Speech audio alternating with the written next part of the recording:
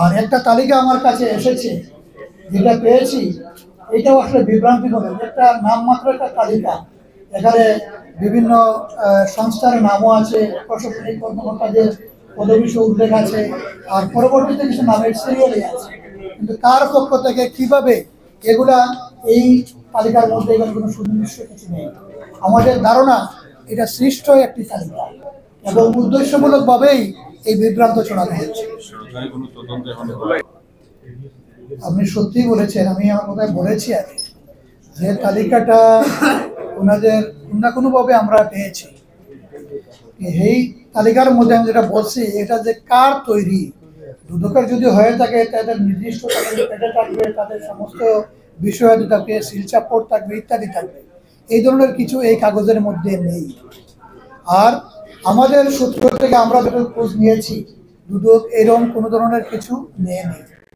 আর নিলেও সেটা অফিসিয়াল সিস্টেমে সেটাকে দাখিল করবে, এরপরে না গণমাধ্যম বা ব্যক্তিরা জানে। ওনারা কিভাবে আগে জেনে ফেললেন? আমাদের ধারণা এটা কোনো মহল থেকে হয়তো এটা জামাতের ভাবমর্যাদা এবং জামাত নেতৃবৃন্দকে কলুষিত করার জন্য এটা পরিকল্পিতভাবেই এটা করা হয়েছে। আপনাদের কাছে আমাদের আবেদন, আমাদেরকে আপনারা দেখছেন, এখানকার মাটি এবং মানুষের সাথে আমাদের গভীরতম সম্পর্ক রয়েছে। এই ফ্যাসিবাদী আন্দোলনে আপনাদের সাথে আমরা একসাথে আন্দোলন করেছি, কাজ করেছি। আমাদের দ্বারা কোথাও ক্ষতিগ্রস্ত হয়েছে, এই ধরনের কোনো অপকর্মের সাথে আমরা নিজের ব্যক্তি হিসাবে অথবা আমাদের সংগঠনের কোনো কর্মী সমর্থক পর্যন্ত জড়িত ছিল, এই ধরনের কোনো উদাহরণ কোথাও নেই।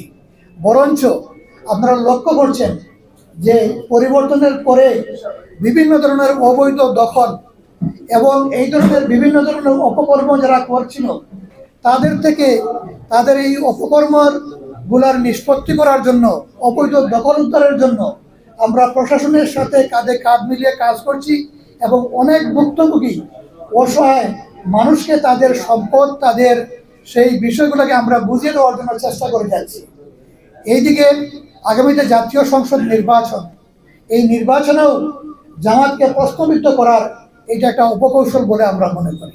আমরা প্রতিবাদ পাঠিয়েছি, প্রতিবাদ পাঠানোর পরে ওনারা ছাপায় কি নাই আজকে এটা আমি দেখি নাই, আমি ভালো করে দেখতে পারি নাই। আমাদের প্রতিবাদ ছাপিয়েছে, আচ্ছা আমি দেখি নাই, যদি ছাপিয়ে থাকে তাহলে তো তাদেরকে আমরা ধন্যবাদ জানাই, তাদেরকে ধন্যবাদ জানাই। আর যে রিপোর্টটা দিয়েছে আমরা বারবারই বলছি, এর কোনো সত্যতা আমরা খুঁজে পাই নাই।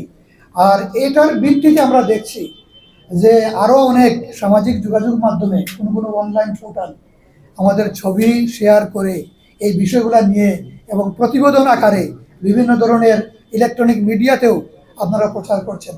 দয়া করে যাচাই বাছাই না করে কারো সেই এরকম ভুলভুল কোনো তথ্যতে আপনাদের মতো যেগুলা পোর্টাল আছে অথবা যে সমস্ত ইলেকট্রনিক মিডিয়া রয়েছে, আপনাদের দায়িত্বশীল জায়গা থেকে আমরা আশা করব কোনো যাচাই বাছাই না করে আপনারা এগুলো প্রচার করতে যাবেন না।